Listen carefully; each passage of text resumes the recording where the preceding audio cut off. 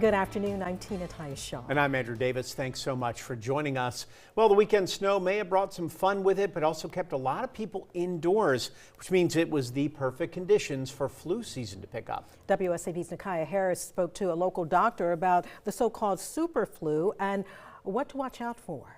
After a snowy weekend that kept people indoors, doctors are paying close attention to flu cases. Right now, about a dozen patients are hospitalized with the flu. That's Memorial Health. Flu season is starting earlier and hitting harder than past years, and doctors have seen a wide range of patients. In January, Memorial Health had days with more than 20 flu patients admitted. Memorial Health doctor Timothy Connolly says people with underlying medical conditions are most at risk for severe illness and continue to recommend precaution like staying home when you're sick. Very similar to what we're used to seeing with the general flu. People have body aches, people have cough, people have runny noses. But we do see them to be more of a degree, and it tends to last a little longer. People are really kind of knocked on their backside for more than a week now with this version of the flu. Doctors say while flu cases may be starting to trend down, the season typically peaks in February, so they're urging people to stay home if they're sick and take precautions. Reporting in Savannah, Nakaya Harris, WSAV News 3 on your side. Our wintry weather led to a few house fires. Some cases, people were trying to stay warm. WSAV's Jillian Coles joins us now live from one of those spots, East 67th Street. That's where a house fire left a dozen people without a home on Saturday. Jillian?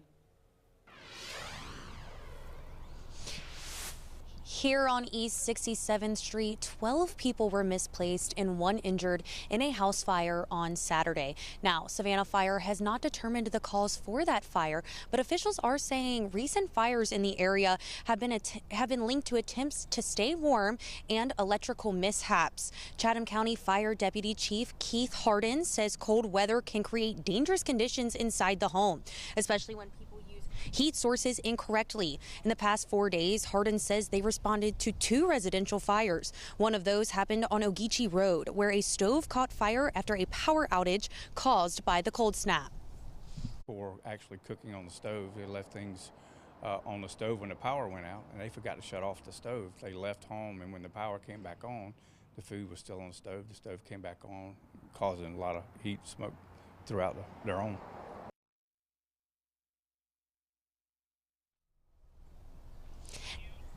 Deputy Chief Hardin reminds residents to keep at least a 3-foot range around space heaters and to always turn off stoves and other heat sources when not in use. To hear more from Burton Fire and Effingham County Fire, tune in to News 3 at 6. But for now, reporting live from Savannah, Jillian Coles, WSAV News 3. On your side. Jillian, thank you.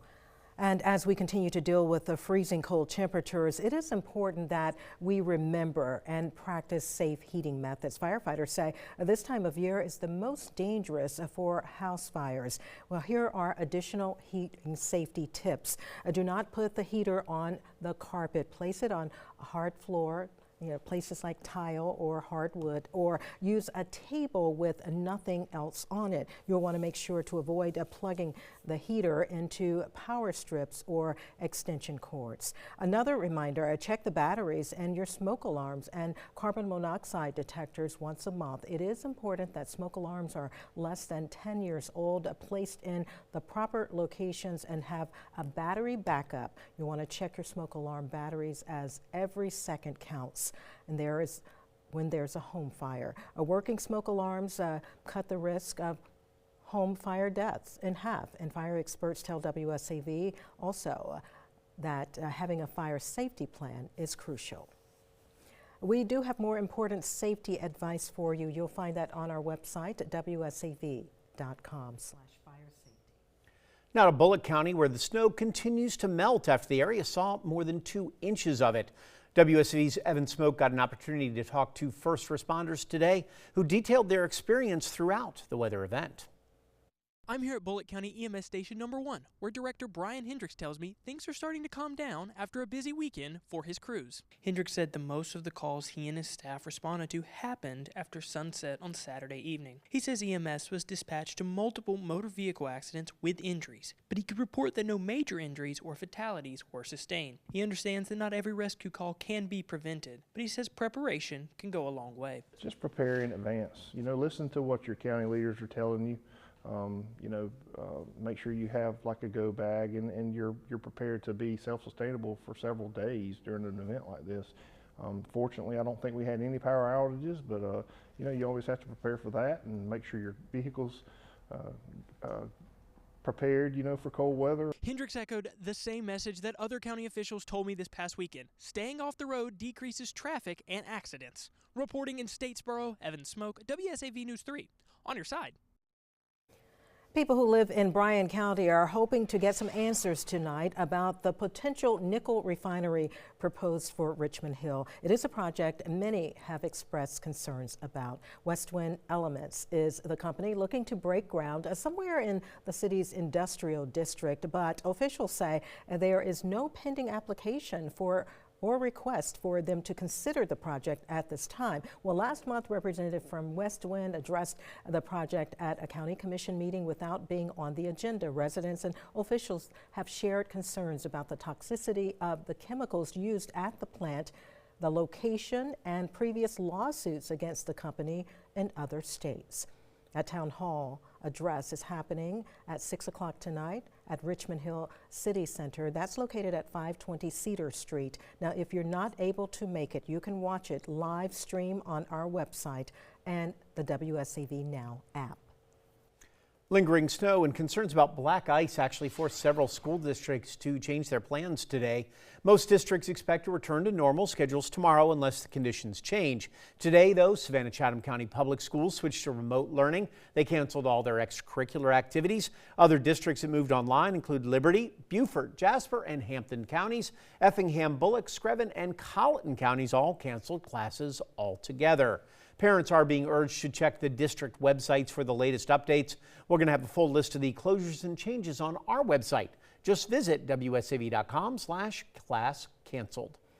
South Carolina is #1 when it comes to growth. New numbers show the Palmetto State's growing faster than anywhere in the nation. And one local low country is near the top of the list. One local low country town, according to the Census Bureau, South Carolina adding almost 80,000 people from July of 2024 to July 2025. Many of the people are older, they're retirees.